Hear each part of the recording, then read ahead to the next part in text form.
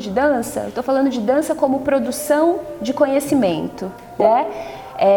Para além do entretenimento, para além da ludicidade, muito embora a ludicidade seja um caminho importante para chegar no conhecimento, né? Então, em que medida eu abordo a dança como a possibilidade de encontrar um bem-estar, uma autonomia do corpo, uma autonomia do existir e também um espaço de dignidade. Pensando também que é no corpo que se funda a nossa história. É no corpo, o corpo não é instrumento o corpo sou eu, a construção do meu intelecto,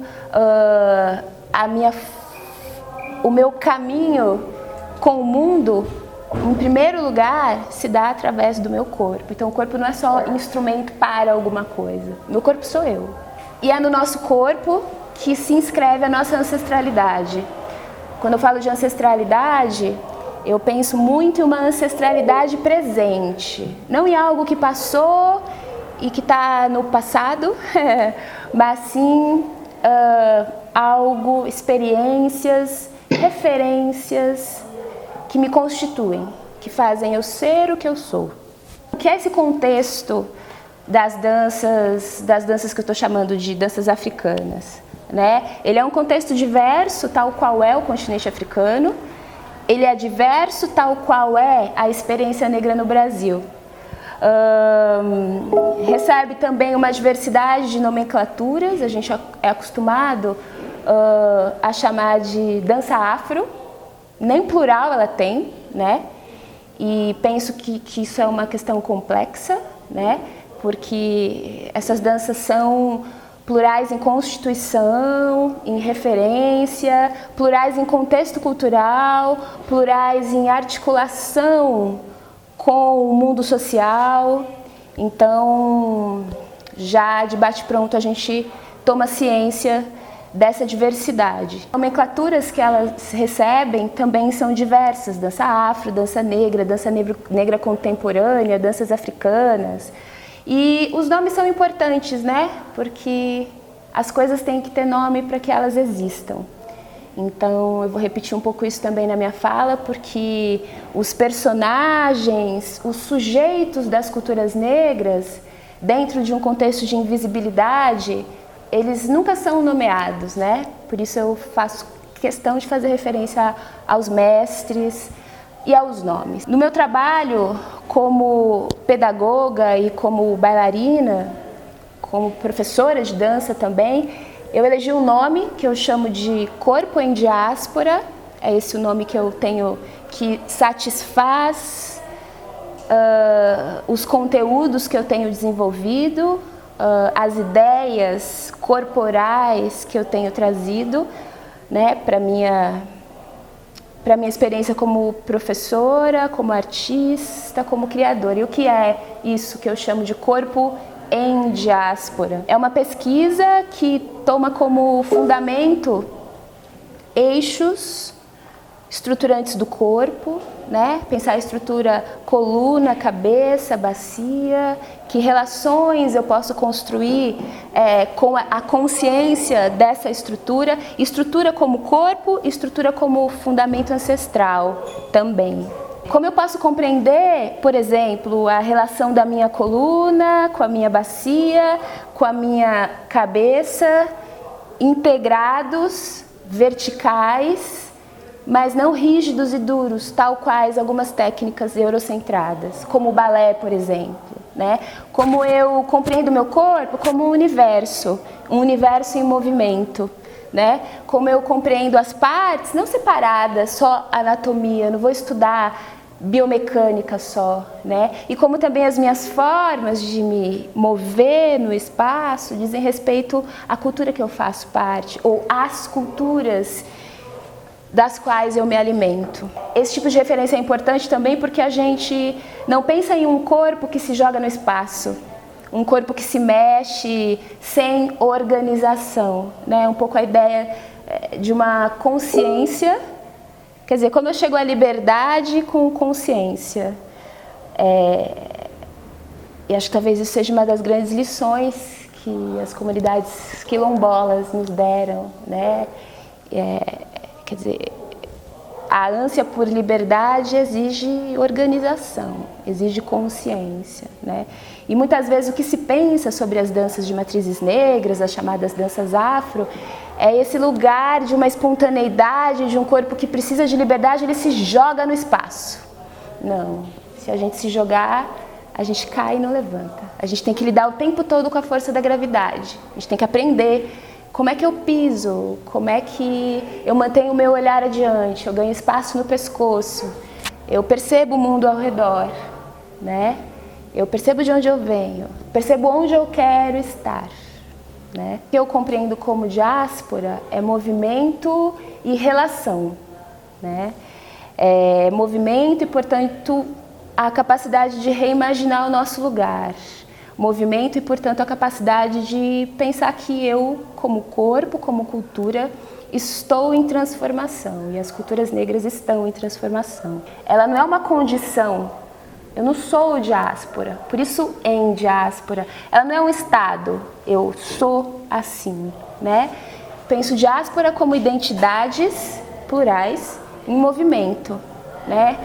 Constantemente reimaginadas. Quando eu falo de dança, em primeiro lugar eu falo de uma capacidade humana, né? Uma capacidade humana de se mover, de se exprimir e de fazer uso de formas específicas de se movimentar. Ou seja, a dança, o movimento, ele é aprendido. Isso é importante, ele não é inato. A gente não nasce sabendo. A gente compartilha, a gente estuda, a gente olha, a gente entende, a gente testa. A habilidade de dançar não é inata, não é genética, essas coisas não estão no nosso sangue. Eu chamo atenção para isso porque uma das referências também, um discurso muito comum é: tá no sangue, que beleza, né? Nasceu assim, olha só. E aí levando para uma discussão um pouco relacionada a um essencialismo, a percepção essencialista sobre as culturas negras, todo negro sabe sambar. Acho que esse é um exemplo bem interessante, né? E se a gente considera o dançar como apreensão, como forma específica de lidar com o corpo, a gente entende que nem todo negro sabe dançar, nem todo negro sabe sambar, né? Um outro ponto importante é a imagem do corpo negro. Os imaginários que se constroem, imaginários que foram historicamente construídos acerca do corpo negro, dos corpos das pessoas negras, né? Quer dizer, tudo que ele ou ela é, ou tudo que ele ou ela faz, está sempre muito relacionado a um lugar de distância, diferente, exotismo, às vezes até esquisitice, né? E é curioso como o Brasil, fundado nas corporeidades negras, vê o ser, o corpo negro como outro. Esse imaginário se funda na experiência colonial. Esse imaginário do corpo negro como outro, vem de uma ideia de missão civilizadora, né? Quando o corpo europeu, sobretudo o homem europeu,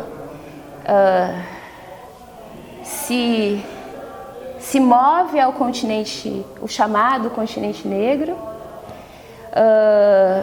e se coloca diante daquelas realidades como um modelo de civilização. Portanto, o europeu era o exemplo de civilização e os povos africanos que não tinham civilização viviam na barbárie.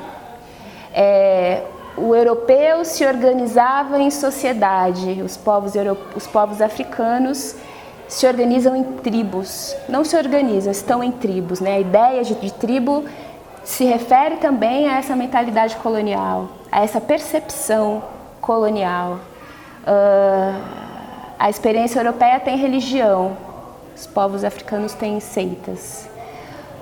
A experiência europeia, o corpo europeu é munido de línguas, os povos africanos são munidos de dialetos.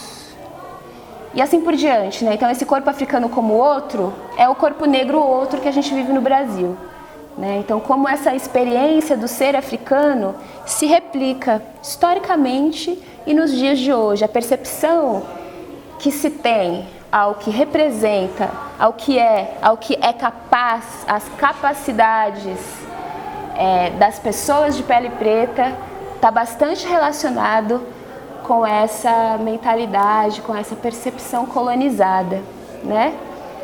E colonizada até os dias de hoje. Isso já em terras brasileiras, deixando de reconhecer que a nossa humanidade, né, a nossa experiência como seres humanos em sociedade é profundamente africanizada. A experiência do cuidado, a experiência coletiva, ou seja, é o viver em coletividade que me transforma em pessoa. É o viver em coletividade que me desgruda da ideia ou da experiência do indivíduo sozinho, cada um por si, né? Essa é uma das grandes lições. Lições não, uma das grandes possibilidades de se pensar as nossas experiências coletivas, as nossas formas de estar no mundo. É isso também que eu chamo de formas afrocentradas. Quando a gente vai para salas de aula, essas salas de aula que pode ser uma aula de artes em uma escola de nível fundamental, que referências que a gente usa para desconstruir esses imaginários aos quais eu fiz referência?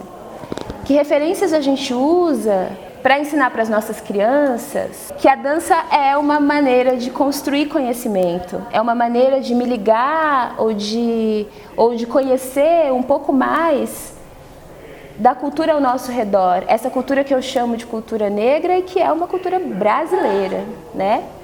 Como nós brasileiros nos olhamos para o espelho e nos reconhecemos influenciados por essa experiência negra, por essas intelectualidades negras. Por isso as referências são importantes. Citar, falar sobre os nossos e as nossas pensadoras, os nossos e as nossas mestras. Mercedes Batista, que foi uma bailarina nascida no Rio de Janeiro, provavelmente a pessoa que funda um pensamento brasileiro de dança moderna, força motriz que traz o que a gente reconhece hoje, o que se convencionou chamar de dança afro-brasileira.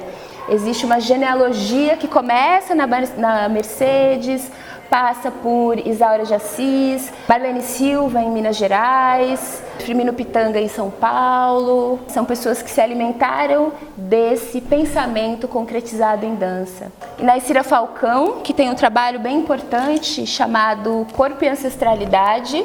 Naysira é baiana, foi professora da Universidade Estadual de Campinas, ela é minha orientadora no doutorado e tem um trabalho que fala bastante dos gestos cotidianos nas danças de tradições religiosas, sobretudo do candomblé, né? Então ela estuda esses gestos, relaciona esses gestos a uma experiência humana, né? E não específica de uma ou determinada raça, mas como o hábito de pilar, socar, cavar, semear está ligado à experiência humana. Nadir Nóbrega tem um livro, um dos primeiros livros sobre dança afro. Hoje a professora Nadir está na Universidade Federal de Alagoas, saindo um pouco do Brasil, e aí são referências que eu tenho e que a gente encontra online, que a gente encontra em alguma biografia especializada. Irene Tassembedo, que é professora e fundadora de uma escola no Burkina Faso, que tem um curso de formação em danças africanas e contemporâneas. Tem um vídeo dela um filme sobre ela chamado A Dançarina de Ébano. E Germaine Aconi, que é uma professora coreógrafa senegalesa, tem esse livro chamado Danças Africanas, Germaine esteve no Brasil algumas vezes, né? Em uma delas, coreografando o Balé da Cidade de São Paulo, em um espetáculo célebre chamado Z. São eventos interessantes para a gente pensar que relações que a gente constrói, sobretudo no mundo da dança, com o continente africano, né? E como essas relações podem ou não, e eu acredito que podem ser, mais horizontais, né? Eu digo isso porque na minha pesquisa eu trato bastante de enfrentar os currículos de graduação em dança e como esses currículos, essas estruturas são absolutamente eurocentradas, né? Como se discute um corpo, as noções de técnica, as noções de organização de corpo, baseados fundamentalmente em técnicas eurocêntricas, né? Então, nos cursos de graduação em dança se estuda contato e improvisação, Martha Graham, Mercy Cunningham, release e técnicas interessantíssimas, né? E que são realmente importantes para a formação do corpo que dança, do corpo que ensina a dançar, mas que dizem pouco sobre o corpo brasileiro, né? Em que medida o Brasil ainda, mais uma vez, tem nas suas estruturas de formação quase nada que diz respeito a ele mesmo.